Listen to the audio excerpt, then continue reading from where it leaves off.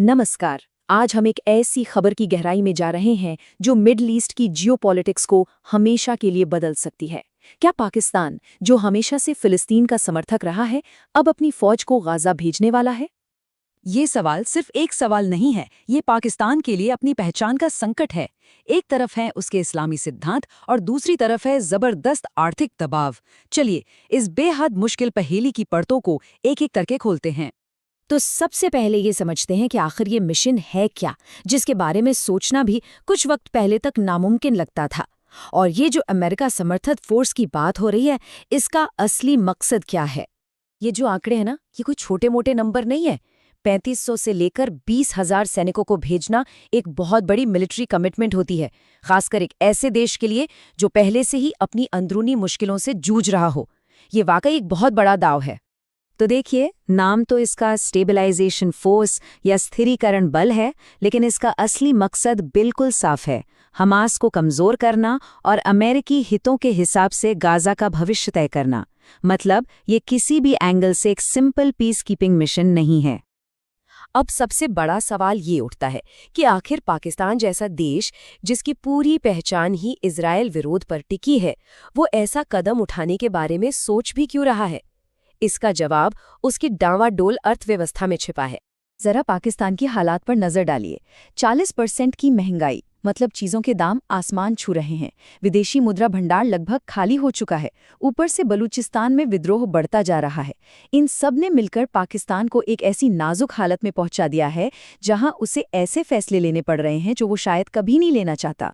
और इसी मुश्किल हालात का फायदा उठाने के लिए सामने आता है ये नंबर, $7 बिलियन। ये सिर्फ पैसा नहीं है, ये पाकिस्तान की डूबती अर्थव्यवस्था के लिए एक लाइफलाइन की तरह है।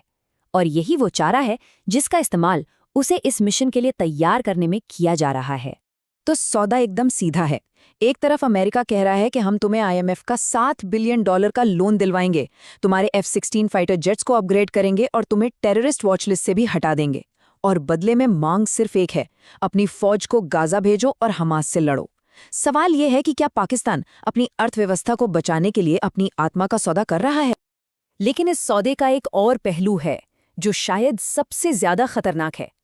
क्या होगा जब ये मिशन पाकिस्तानी फौज के अंदर ही एक वैचारिक जंग छेड़ दे? बात सिर्फ आज की नहीं है, ये दशकों पुरानी कहानी है। पाकिस्तान का इतिहास उठाकर देखें तो ये बात साफ हो जाती है। 1948 से लेकर आज तक इजराइल का विरोध उसकी विदेश नीति और उसकी फौज की पहचान का एक बहुत जरूरी हिस्सा रहा है।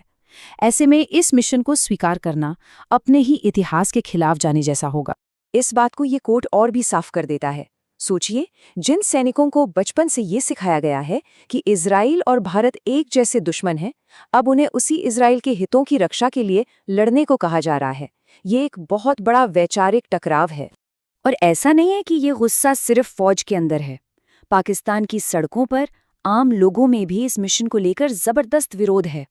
जब सड़कों पर आर्मी चीफ को गद्दार और हमास को भाई कहने वाले नारे लगते हैं, तो ये सरकार और फौज दोनों के लिए एक सीधी चेतावनी है। तो फौज के अंदर जो टूटने का खतरा है वो बिल्कुल असली है। देखिए, एक तरफ हैं वो जूनियर अफसर जो वैचारिक रूप से हमास के साथ हैं। दूसरी तरफ पश्तून और बलूच सैनिक हैं जो सरकार से पहले ही नाराज हैं। और तो और खुफिया एजेंसी ISI के अंदर भी गुटबाजी हो सकती है, जो फौज में एक बड़े विद्रोह को जन्म दे सकती है। तो ये तो साफ है कि इस मिशन में पाकिस्तान के लिए अंदर से टूटने का कितना बड़ा खतरा है। तो सवाल यह है कि अमेरिका ये सब क्यों कर रहा है? इसके पीछे उसकी बड़ी जियोपॉलिटिकल स्ट्रैटेजी क्या है? असल में अमेरिका एक तीर से कई निशाने लगा रहा है। पहला, अपने सैनिकों को खतरे में डाले बिना इजराइल की सुरक्षा हो जाएगी। दूसरा, पाकिस्तान को इस वैचारिक जाल में फंसाकर उस पर कंट्रोल बना रहेगा।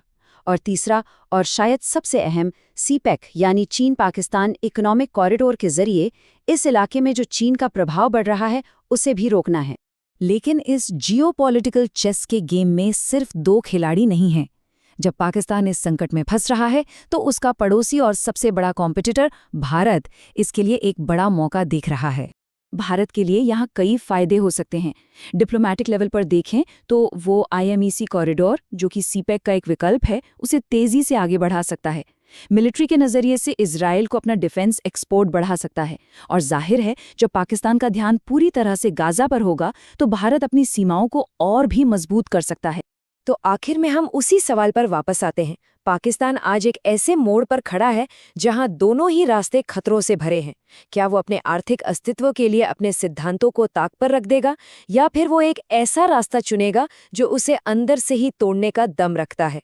इसका जवाब जो भी हो, वो इस पूरे क्षेत्र के भविष्य को एक नया आकार जरूर देगा।